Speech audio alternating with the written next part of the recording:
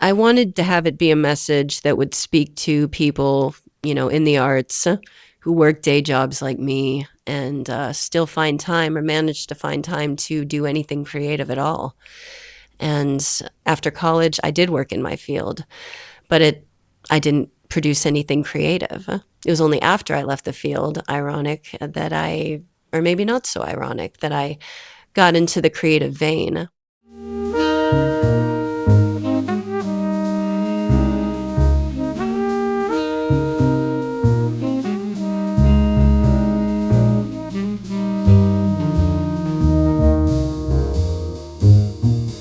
This is A Line Around Your Thoughts, a podcast that centers on conversations with artists, writers, musicians, and creatives from around the Inland Northwest. I'm your host, EJ Iannelli. This week, my guest is the Spokane-based poet Cara Lorello. Cara has just released a brand new collection through Finishing Line Press. It's titled But For This Mess, and it brings together 57 poems that were written and revised over the course of 2 decades.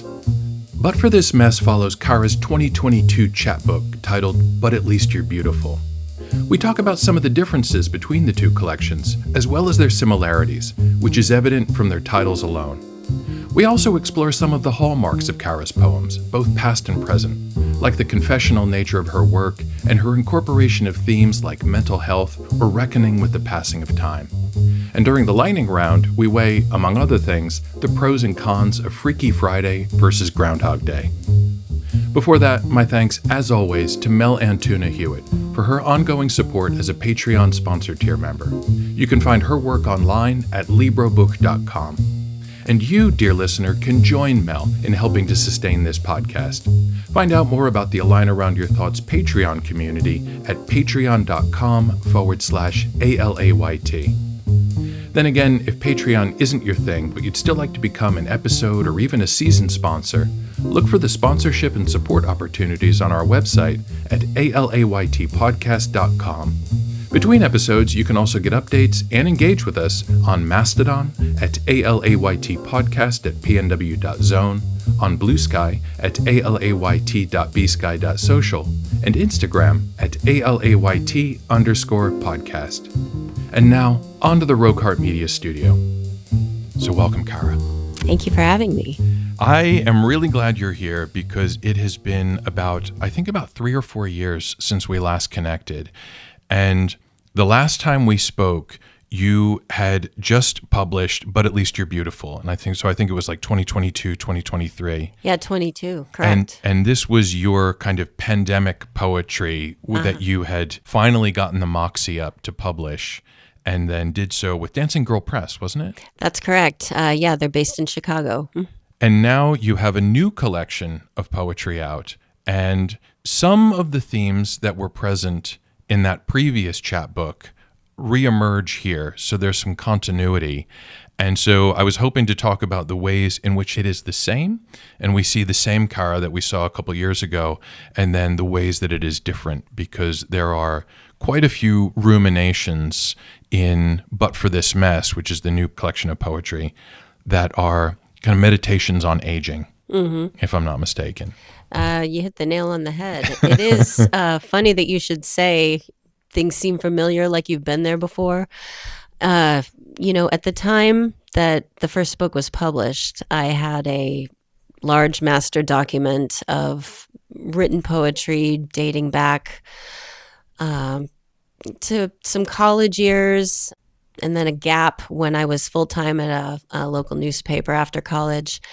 And then when I picked it up again, once I left the field in 2009, and just continued up to the pandemic.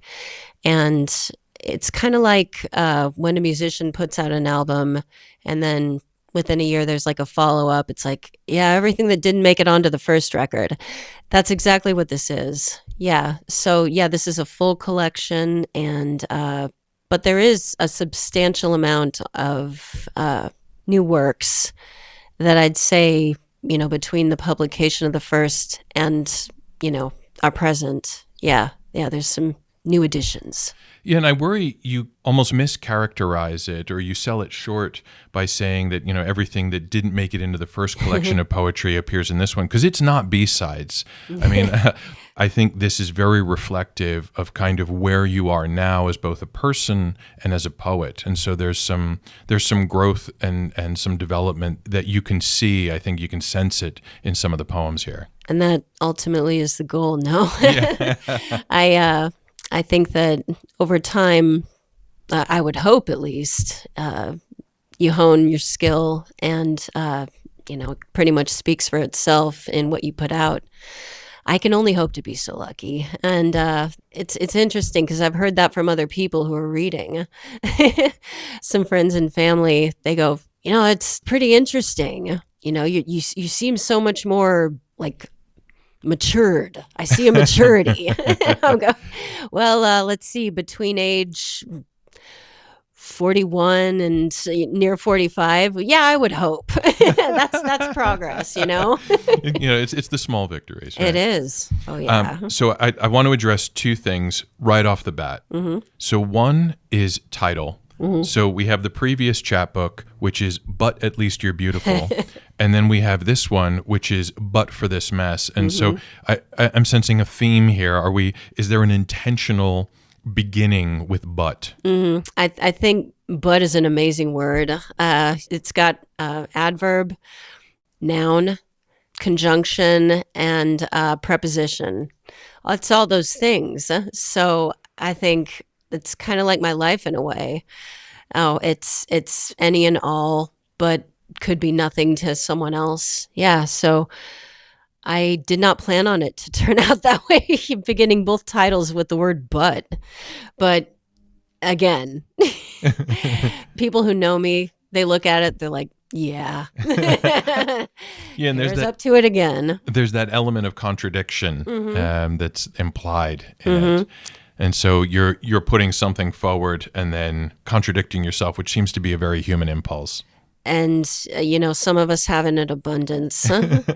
I think, well, it could be limiting, but it also could mean otherwise, except for, but it can also mean nevertheless, so it can be hopeful at the same time, And I think at the end of the day, it's also kind of sort of like my twist on that common expression, there but for the grace of, Right. go I. I go, well, yeah, pretty much. It sums up me. So we've got this title, and that's point number one that I wanted to talk about. And point number two is, I know that we shouldn't get caught up in the covers of books, as we're not supposed to judge them accordingly. Right. However, there is a collage on the front of this that I think there are some objects that seem to have significance. Ooh. So there's the butterfly, there's the Italian newspaper clipping, there's the horse silhouette, the sleeping cat. And I think some of this imagery certainly crops up in the poems themselves. But could you talk about this collage and what is the significance of some of these objects? Collage is a medium. I've always been fascinated by it. I wouldn't call myself a serious artist, but there was a time, when I, dabbled in different mediums. And for some reason, collage was just always something that I feel like I'd dive right into without a plan, really, as far as what the finished product would look like. But I find just in the assembly of things that speak to you, and they just kind of find their way together. I think being that, I draw, but I also, I collect a lot of different things, emblems, photographs, cutouts, all that stuff together. It tells a story. So I felt it would be appropriate, given, the variety of different subject matter.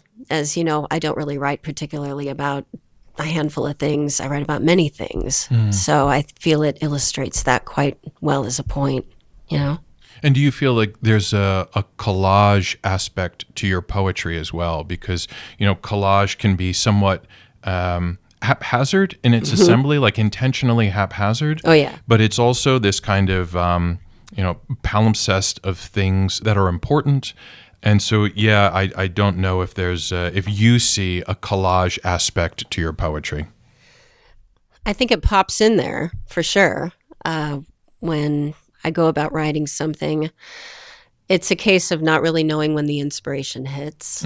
So it's often, ideas, lists, maybe portions of a sentence rather than a whole. And so I kind of think it's the same way that I'd start out a collage in a sense.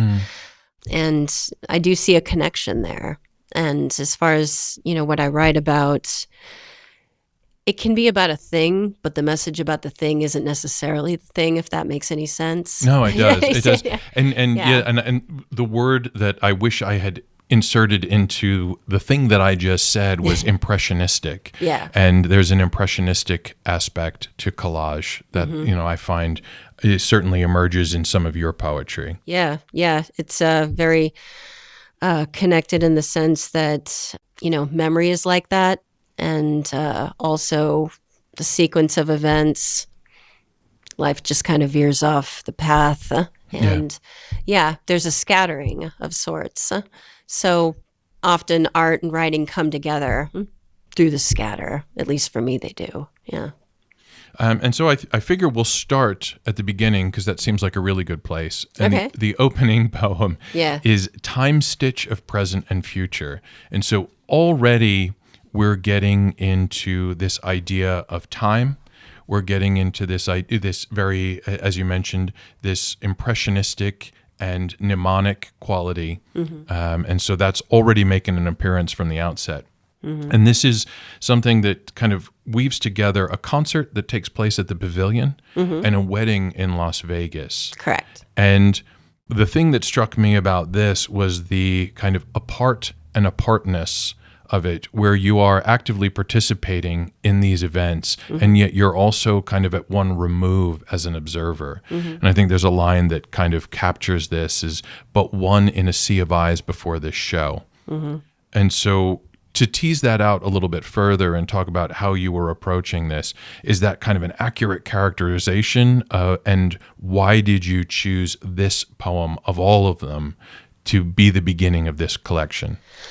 This was one of the newer ones that came about the summer before I submitted it to Finishing Line Press. And then I got the publication offer the following January. So it was like one of the last ones to make it in, interestingly enough. And I thought, last one first? I don't know. I did have to think about it.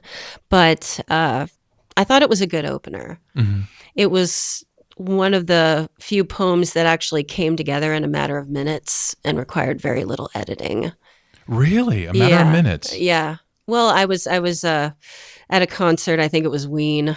I was there with my partner, and I don't know. I had scrap paper left in my pocket. That always happens, like sticky notes and stuff. And I don't know. It was a really good scene. It was late summer, and I just started scribbling without really even noticing because, a lot of activity in every direction. But I just think the vibe was really good. And the whole setting and the way that the sun kind of goes down behind the stage. Amazing colors. Yeah. I think the music of Gene and Dean lends itself to maybe this free association. Doesn't it, though? Yeah, it has an effect. It just kind of seeps out from the stage. Yeah, and I thought, this is a crowded show. We were kind of on an incline of a hill, so yeah, my feet were sore by the time we left. But I just thought, I wonder if they see this. I wonder if they see this at every show. Just all these eyes and never get lost in them. I don't know. Well, yeah, I do think at a certain point it kind of took its toll on them, and I believe it was Gene Ween who said, "Look, I've got to bow out. This is a little too much." So maybe he does feel the eyes on him. Probably. After all, it's and any number of things. Yeah. I do got to commend, though, being able to say, I got to step down, Yeah. Yeah, courage.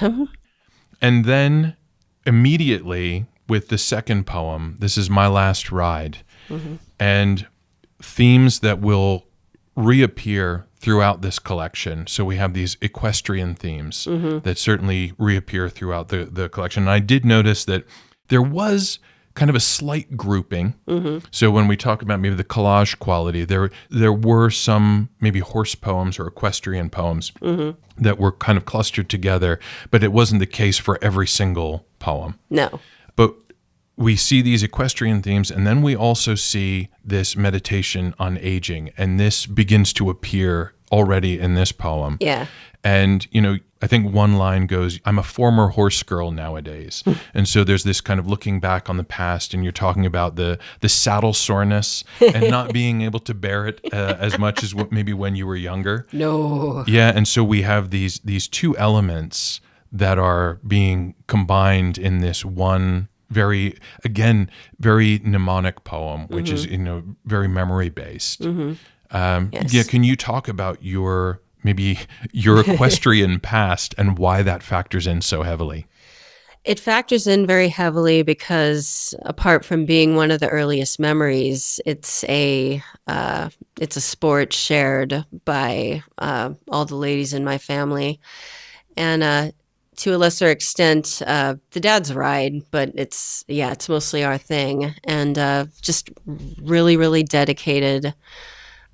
We've always had horses, many at any given time, and you go from riding your pony to full size, and you go to the fairs, you compete in the shows, and it was just something that we did.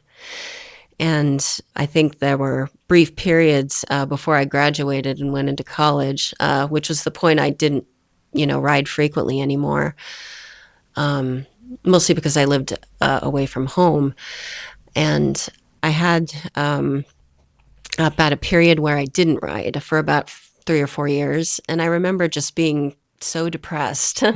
And, you kind of need to be reminded of the thing you want to, mature past, but it's just all like, no, I can't quit this.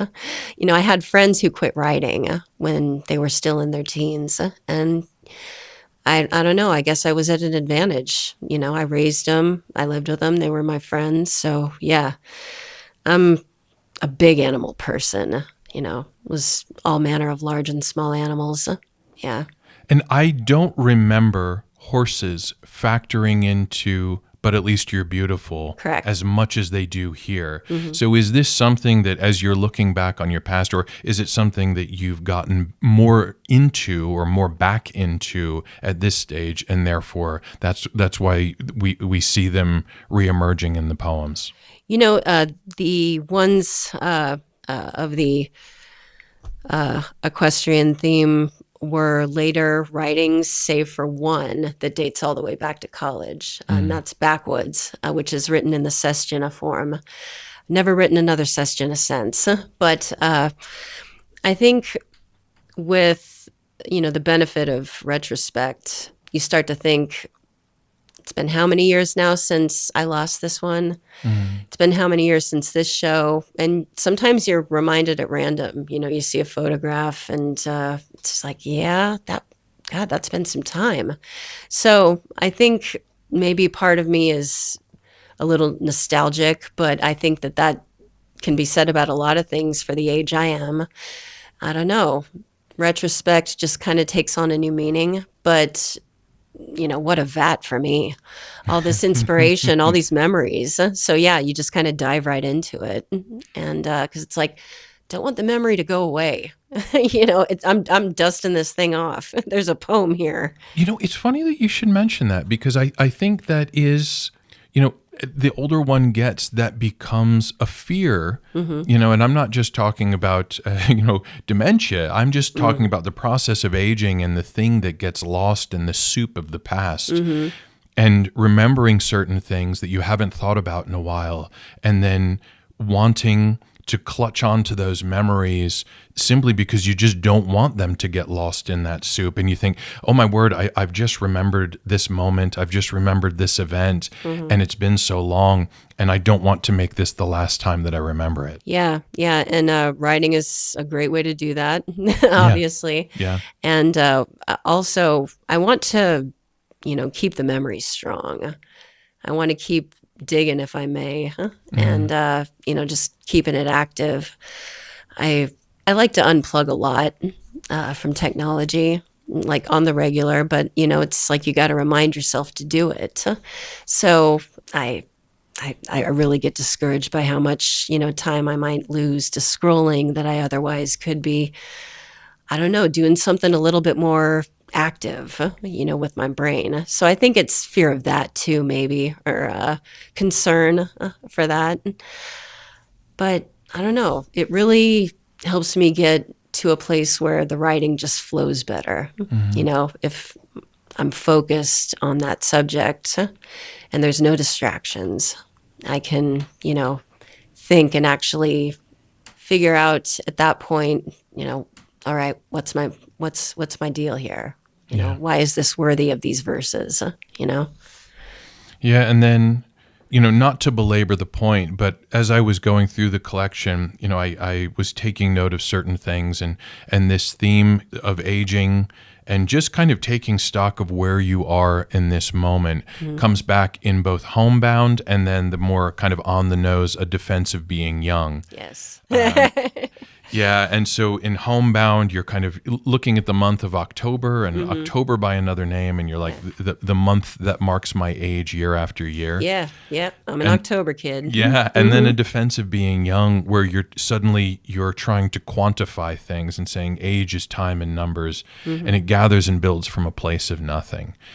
Do you think it's kind of a natural process that that is associated with the age you are now, where you're looking back and this is becoming more and more of a factor for you? Like, do you think that this is one of those things, it's a very personal endeavor, but it's also one of those personal that becomes universal in reflecting on age and the passing of time? I'd say it's very much so. I want, not only to, you know, see, at least for myself as a writer, have I, perfected this voice? Have I been able to, improve in any way? Have I shown any growth in terms of skill? Have I, have I just gotten to the point, at least up here, I'm pointing to my head, where I can write and feel confident in what I'm doing and, not throw everything away, after it doesn't really come into form right away, because I've concentrated a little too hard at times, and the writing just, it never panned out, and discouragement from that, I find the older I get, is less and less.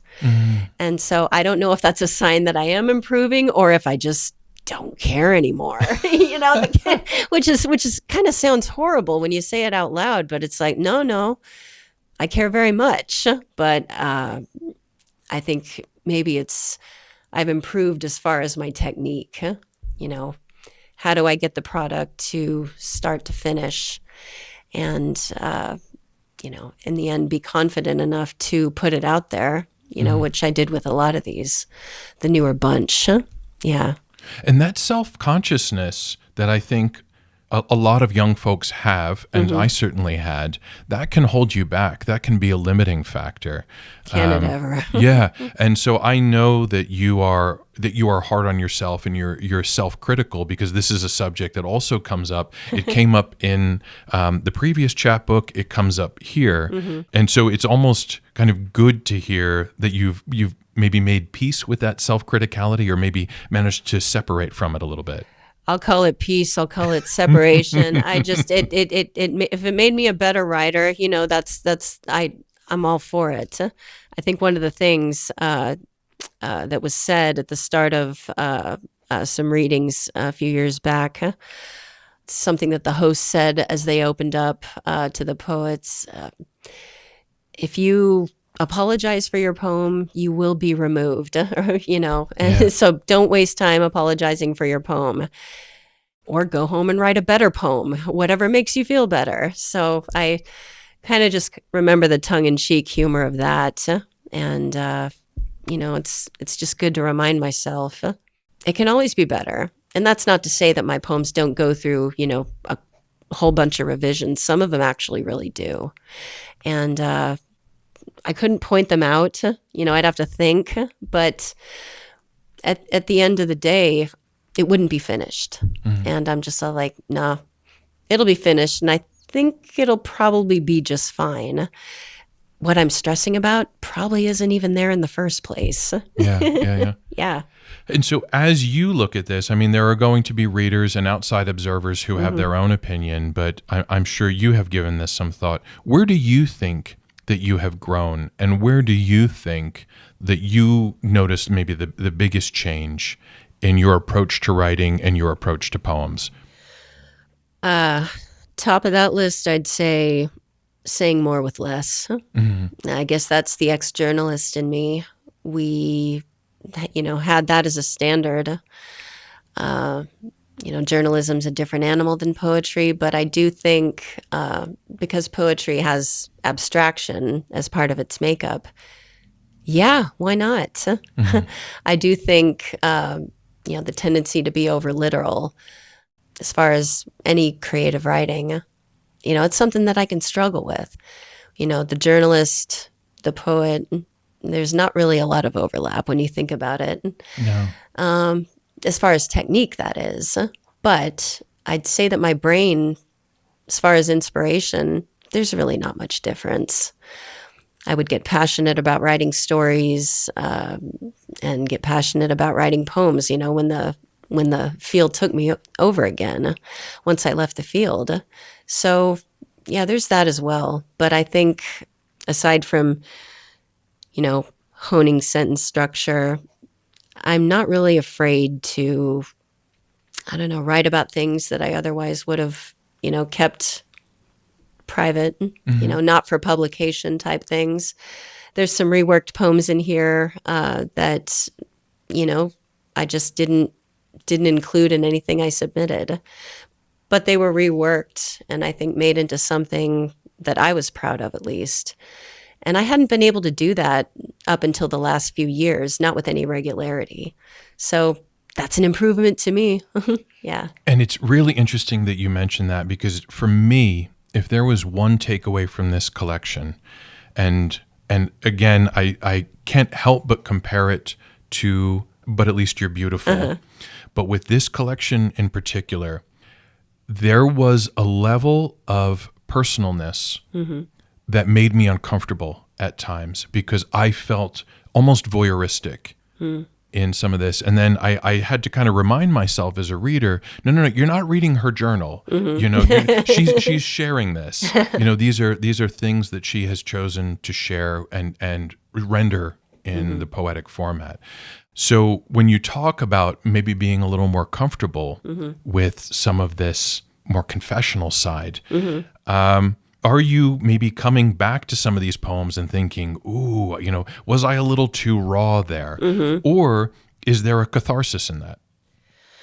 I'd say on the whole, it's the latter, but there is some of the former as well. I know that certain topics, if you stick to one, you can kind of beat it to death. And I didn't want that to be the case with me or anything in here. At the same time, you have these experiences, and parts of them you can try till you're blue in the face to process or make sense out of it. And the things with senseless happenings, senseless events that you don't have any control over, you have to, accept on some level. I may not never know how to process because it was senseless. And I've since grown and learned from it. But yeah, if I could do it over. So that makes the writing a little bit, I think, stronger in that sense. Maybe there's a detachment, but I wouldn't say it's like without feeling the detachment. Well, it's like that first poem Yeah. where you are apart and yet apart. You're sitting there participating in these things, but it's also at one remove. So you're both participant and observer. Yeah. And I think hindsight is fascinating. It's kind of always in a flux, but I think that with the benefit of hindsight, I can write about certain subjects, but the message about them doesn't have to be a negative. It doesn't have to be self-effacing. It's just what came out Yeah. and what didn't get thrown away. Yeah, and in talking about visiting and revisiting certain topics, I mean, you take something like love, and this is something that the human race is still trying to get to grips with because new songs and new poems and new works of literature are constantly being written about it. Yeah, and they all inform what we think as we Exactly. experience what we're going through. Yeah. And so, what are some of the things, as you talk about this process of sense making, what are some of the things that you feel like you're still trying to make sense of? I think fear of the unknown, things like job security. Very practical. Oh, yes, yes. Job security. And yeah, I'm a union girl all the way. The political climate and just overall the unpredictability and banality at times of life and the way it is.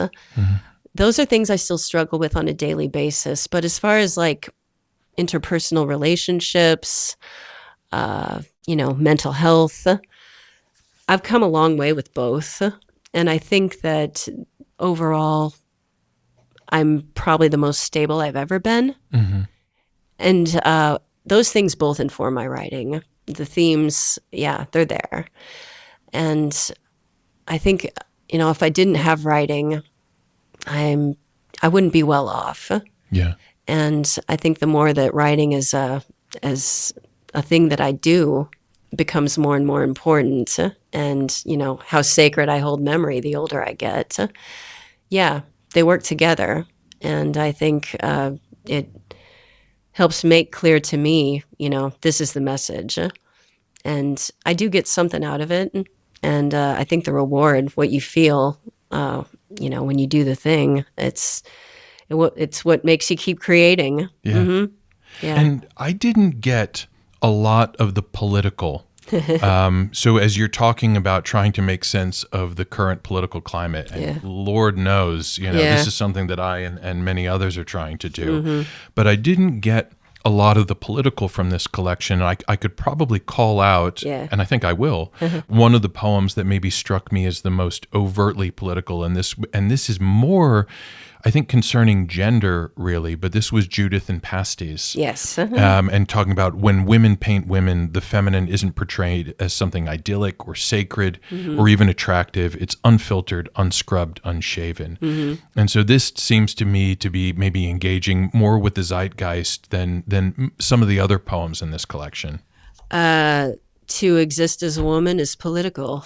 I think Simone de Beauvoir said it, one's not born so much a woman, one becomes a woman as she ages.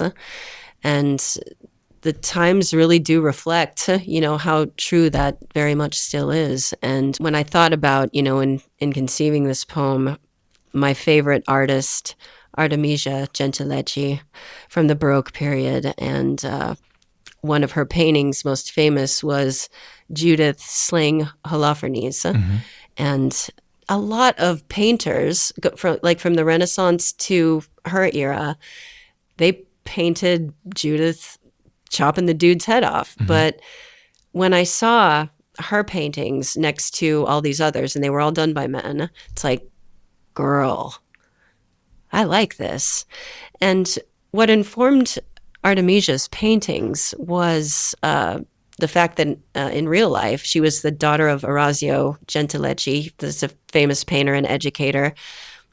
She was the first girl to make it into a school, and another student there, she was essayed and had a very public trial, very humiliating tactics, but she won, very rare in her day. And I'm thinking it was after this experience, she did this work. I couldn't not be moved by it, Anyone who's ever, had a personal experience with, that kind of violence, I don't know. It's like you kind of feel a kinship with it. And then I thought, I got to write about this. I'm thinking too hard on this. And it's funny, I went to an art show and there was a drawing of Judith by a local artist. I bought a copy of it, and it got me thinking about it all over again. And, you know, I liked the rendering of Judith in this very modern drawing. And that's what I opened the poem kind of describing. I thought, okay, here's a modern rendering.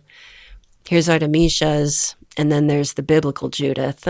And here's how she's painted by a lot of other people. And since you have it open to those pages, could you read just that opening stanza? Oh, yes, yes. The $15 I paid for the art print got the woman who drew it maybe a few gallons of gasoline, or replaced the pens used up to get Judith's pear shape just so, without a single blot dropped within its lines, minus the shading on her areolas. That sweep of Victorian coiffed hair framing her gaze, that confrontational demi-mondaine a la Manet. But his quietly defiant Olympia was no Judith in pasties. Yes, anybody who doesn't really know art might not get that, but Manet's Luncheon on the Grass, or no, Olympia. I was thinking of the other painting with the naked lady. Olympia, I remember in art school, it was like put up against the Grand Odalisque with another naked woman.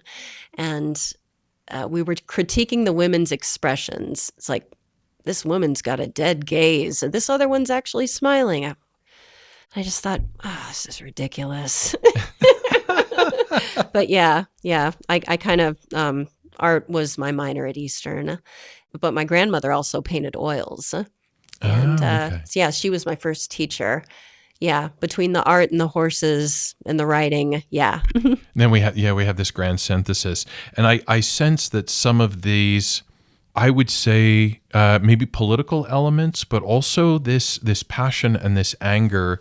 There's a poem that you wrote for Christine called "Why She Matters," and so I think some of this anger, if I could call it that. Yeah. And I don't know if I don't Yeah. want to Yeah. speak for you, but the way I ended up perceiving it, this also seems to be something that, I think takes on maybe a political bent, but it's also extremely personal. Yes, yes. And I think when the personal becomes political, as the expression goes, it does turn up in my writing. I do, follow stories. I followed this appointment of Brett Kavanaugh, of course, like a lot of people.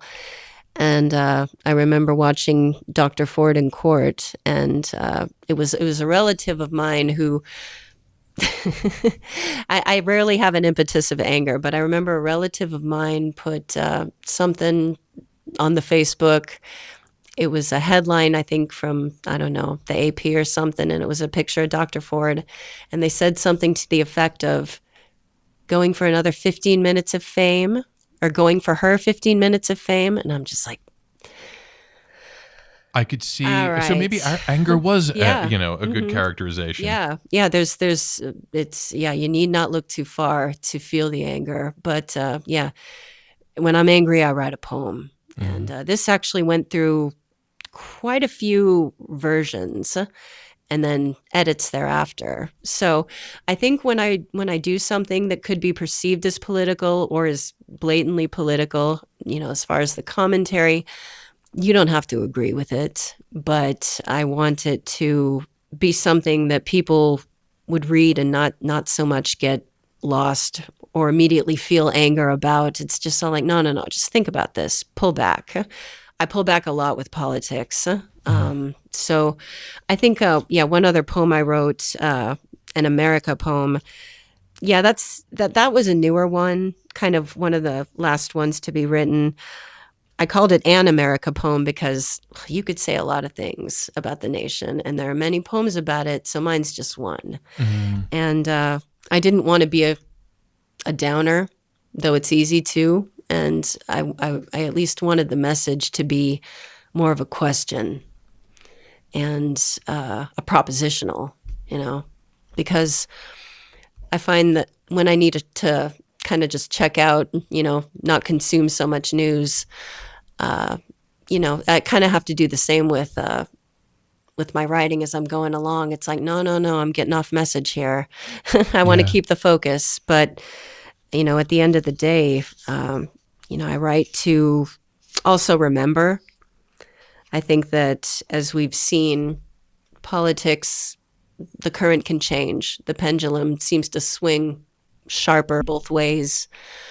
At least, in the last 20 years, that plus a little bit of time that I've actually been voting, I've just seen it swing so hard in both directions. And I want to write that makes a statement about that and kind of the rootlessness. But, you know, I think I have a line in here. It's like, if America still wants its people to dream big, to believe in dreams at all, then why not bend a bit of that iron will to free up the things we once held strong to?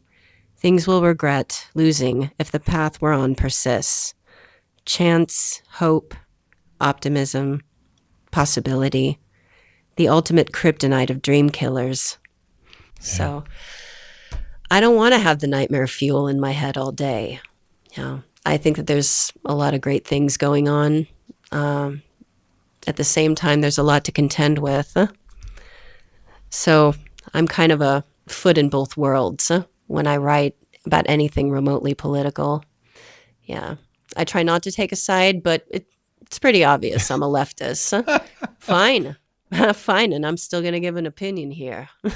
You are also a lefty. Yeah, I'm a left-hander. And this is something that we find out in a poem. It's titled Left-Hander or My Trivial History. That's right. And this is kind of one of the earlier poems in the collection. I'm curious as to when that was written, because you've mentioned a few poems that were written a little later on and then snuck their way into the collection. And so when was its genesis? Its genesis, I would say, was prior to the publication of my first book. I believed I finished it, it was pre-pandemic.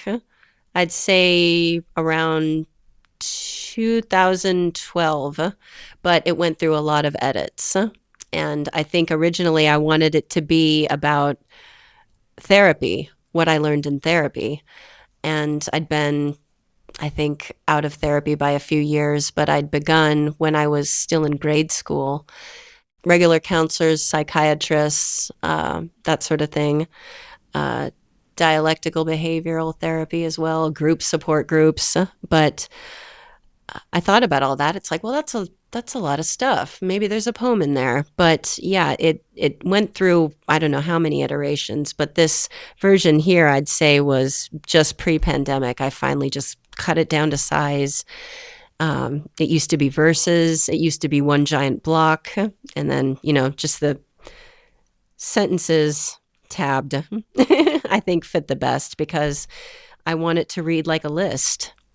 Could you read a few selections? Because I thought it was interesting, this approach that you took of portraying a life through idiosyncrasies, portraying a life through, small, again, trivial things that do amount to a whole person. Yes. First word was bird or birdie, yet I've never had one for a pet. Wore her first drag outfit at 30 days old on Halloween, 1981. It was an all baby blue ensemble. Her stage name, She's a Boy. Will always answer yes to that question, were you dropped on your head as a baby? Technically, she was set on a counter and rolled off the edge. For real, had a teacher named Mrs. Freeze, who showed her strong dislike for left-handed students by making them repeat first grade. Just learned via Wikipedia that left-handers make up only 10% of the population and were mostly men.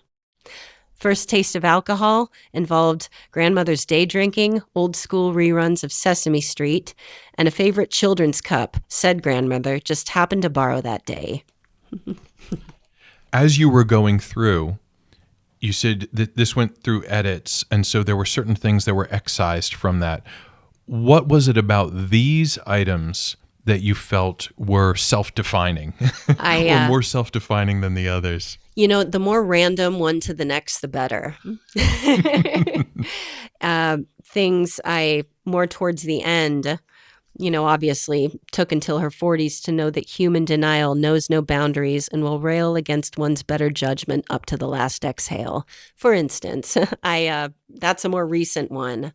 But spans 2 pages. Everything on the first page was, I think, pulled from the earliest original, with the language much more cleaned up.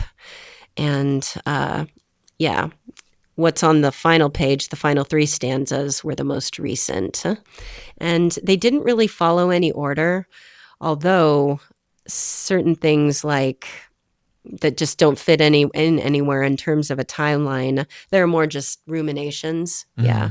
I figured I'd go, you know, odd rumination, random, and then so on. Yeah. And how much are you defined by your handedness, or how much do you identify with your handedness? Do you think of yourself as a left-hander? Not at all until other people just and this was when I was young and first forming memories. It starts so early when you're left-handed. You People bring it up to you. I really didn't think anything of it. But yeah, when they point out the difference, it's like, oh yeah, okay. I could have gone not knowing, but it's kind of things are built in a certain way, going back centuries. I don't know where one became preferred over the other, but writing forwards, it just makes sense to me. The hand moves forward.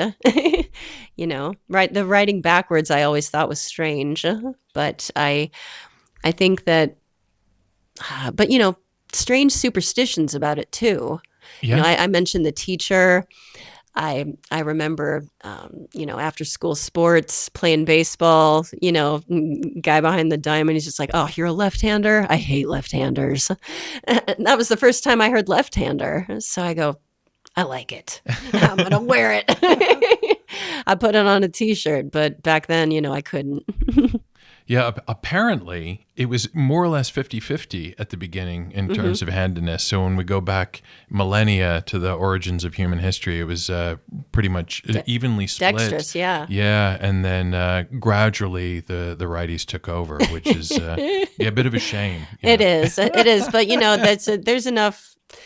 It kind of helps. I same camp with let's see, Barack Obama, Angelina Jolie, just to name a few. So yeah, there's left-handers are pretty cool in my book, and I've never been ashamed of it. I just think it's the most ridiculous hang up among other things.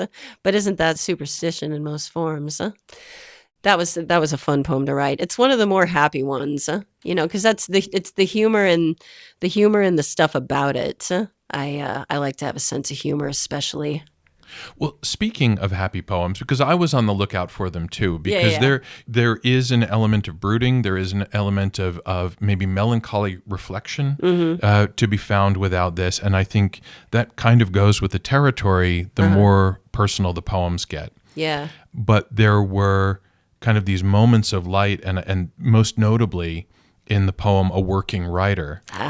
And so I see the smile go on your face as you recall this, because one of the lines is, "Then comes a single rare hook bearing the words she dreams of reading. We are pleased to inform you." Yes. And this is the acceptance letter of all the hard work that you have put into these poems. So why was it necessary for you to capture this moment of the working writer's life in verse? I wanted to have it be a message that would speak to people, in the arts who work day jobs like me and still find time or manage to find time to do anything creative at all. And I am one that after college, I did work in my field, but I didn't produce anything creative. It was only after I left the field, ironic, or maybe not so ironic, that I got into the creative vein. And I couldn't find work in my field in the city. And, not wanting to move, I found other ways to pay the bills, and got to, my current work now, which is in public service. And I don't know if there's something to the removal of doing it for a living, or just kind of, I don't know, having the work that you do, your day job, remove you from it. Does that open up room to be creative? I don't know. But I do think with me, there was certainly a connection that I took up writing again, creatively after I was out of the field. And I wanted to, it's very solitary. the life of the writer. And I know that that's just something I struggle with in general. Making sure that there's minimal isolation, because I do struggle with mental health, have all my life. And you need to get into a good headspace to write. Inspiration is something that lifts me up. And if, it's a dark subject matter, the process of writing is therapeutic. But I wanted it to kind of reflect how lonely it can get. And if, isolation, is not always healthy for you to begin with, you kind of have to be able to just kind of develop a habit of not taking the rejections too hard, because you will get them when it's just you kind of being your own agent. Yeah, yeah. And it took a lot of years before I had enough for a book, before, you'd go a year, you'd get one poem published, you'd go any other year, nothing. Then the next you'd get three, and so on. And that was, a good 15, but if I go all the way back to college, 20 plus years of just kind of being alone in that whole process. And it wasn't until I had the writing community here around 2010 and I started going to Broken Mic, 3-Minute Mic at Auntie's and different events as they come up, and still go to those events. I think without that community, I don't know if I would have been as successful at all. And taking it back up again after I did stop doing it for a living. And you find a way, as I say in a line here. When a working writer decides to meet rejection with the same tenacity her younger self used to steal free moments alone to get lost in thick novels, in flurries of notebook scribbles while the homework went undone, the chores unfinished, she finds a way. Yeah. Mm-hmm. And I think there are 57 poems total in this collection. Correct, yeah. And that leaves about 50 that we haven't discussed, or the better part of 50 that we haven't discussed. But I didn't know if we wanted to close with the poem that closes the collection, which is As Your Eurydice. Yes. Or if there was another poem that you think is maybe even more representative of the collection as a whole that you'd like to read as kind of a closer. You suggested As Your Eurydice, and this is just such a special one. So I think I'm going to read it. I actually wrote this for my partner, and it's just such a good closer of a poem. And it's, one of the last ones that I wrote. And I was inspired by the story, Greek mythology, Eurydice and Orpheus. And I just found that on so many levels, it sums up the trajectory of my relationship with my partner, minus the death, obviously. But the little deaths, Or being trapped in Hades for the remainder that's of your right. life. That's right. And having to, see Cerberus every day at the gates. What are you going to do? But I thought it was a good metaphor for the story of us, and the gratefulness of having a partner who sticks by you. Yeah. As Your Eurydice. To all the years of all the sudden derailments of my rational mind, your witness to their blackouts, like the afterword of a snake bite. Just how do you show these moments that silent grace you do? You may not have the words to say how, as you're left still standing after my schizoid impulses rest. I know I gain nothing in these times, but for one true gift. You, there in the thick of it all, like Orpheus busking his way past a sleeping Cerberus, and I'm found again, given a re-entry to life because you stay. It's such a human thing what we do. No words are needed, for why, after all, would I protest you're loving me enough to look back? That's great. Thank you. And I always feel bad about this, especially when we have poetry interviews or a poet comes in to read from their work, because then after that lovely closing, we shift gears and move into the lightning round, which is a completely different atmosphere, completely different tone. All right. So, first question is always an either or, and this is, would you rather wake up in Freaky Friday, which is the role reversal, or Groundhog Day, which is reliving that day over and over again. So you have two movies you can wake up in. One is Freaky Friday, one is Groundhog I Day. think with Freaky Friday, there's the promise of a new day. And maybe as adaptable human beings, I could act out an existence as somebody else. I feel optimism when I think of the movie Freaky Friday. I don't know why. Whereas you sense hopelessness with Groundhog Day and, kind of Yeah. something Sisyphean with that. Yeah, so something about the repetition. It's like a meat grinder. I have a visual of a meat grinder in my mind for some reason. Yeah. So Freaky Friday's role reversal. Excellent.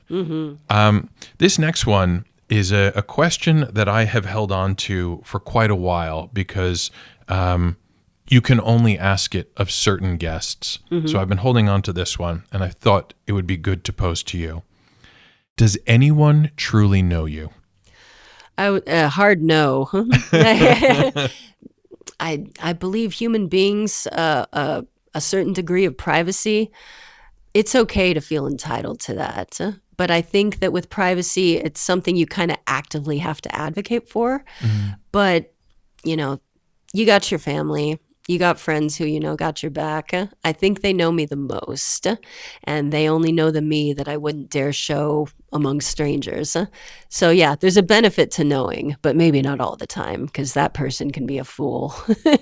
And that's interesting too, and enlightening, given that the nature of these poems is so kind of self-revelatory and is so confessional in many respects. It is, so, yeah. So even your reader, after having maybe these moments that I did, where you feel as though the personal almost becomes uncomfortable, it's still only a tiny sliver of a window onto your life. Yeah, just and sometimes slivers in the same place. But yeah, those are the things that are not for publication. Yeah. Now, you are a poet and a writer who is big on feeling. Is there a word, and maybe in the English language, that you feel should describe a feeling that maybe doesn't exist?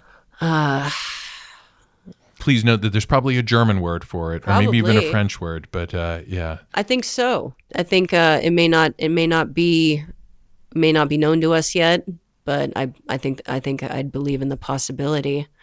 is there a feeling that you personally have tried to describe that you found yourself lacking the words for?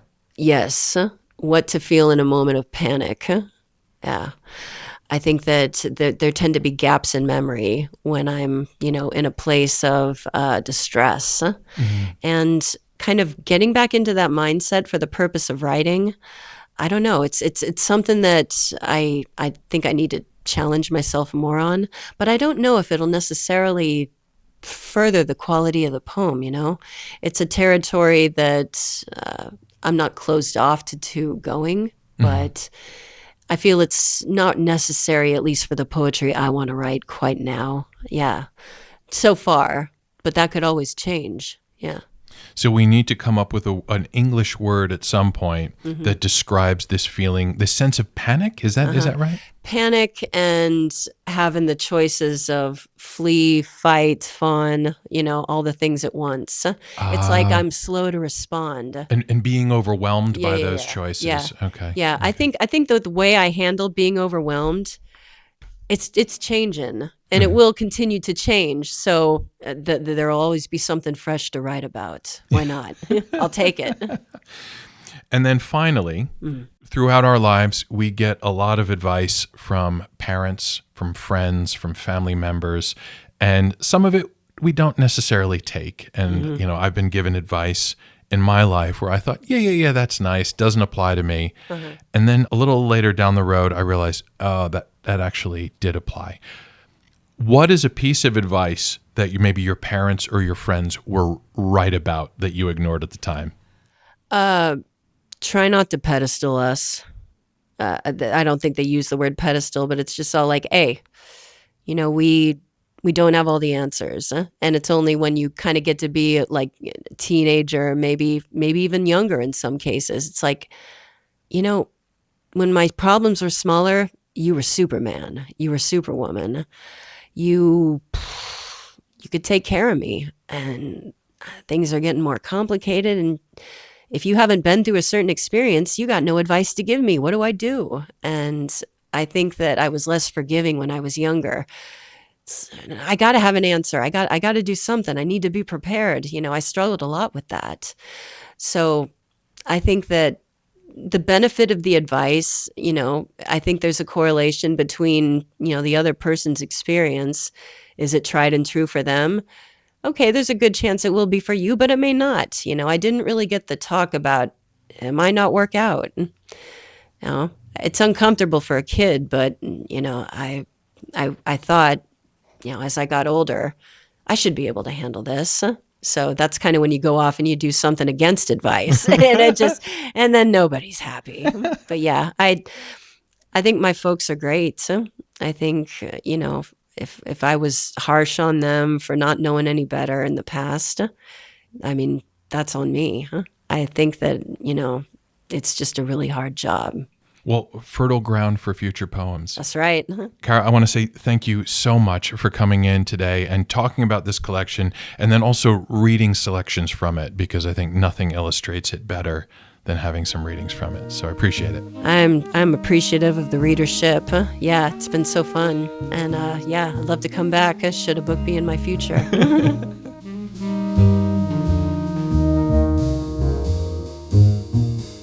This has been A Line Around Your Thoughts. My name is E.J. Iannelli, and my guest this week was the Spokane poet Cara Lorello. Cara's new collection is titled But for This Mess, and you can find it locally at Auntie's Bookstore, Second Look Books, Wishing Tree Books, Paperbound Books in Cheney, as well as the local public libraries. And you can find Cara herself on Instagram at Lorello Cara.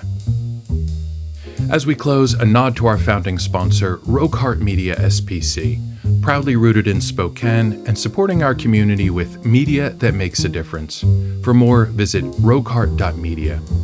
If you are interested in becoming an episode or a season sponsor and keeping these conversations going, please reach out through our website at alaytpodcast.com.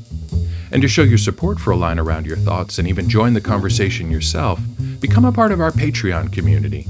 Check out our page at patreon.com/ALAYT. You can also get updates and engage with us on Mastodon at alaytpodcast@pnw.zone, on Blue Sky at alayt.bsky.social, and Instagram at alayt_podcast. Until next week,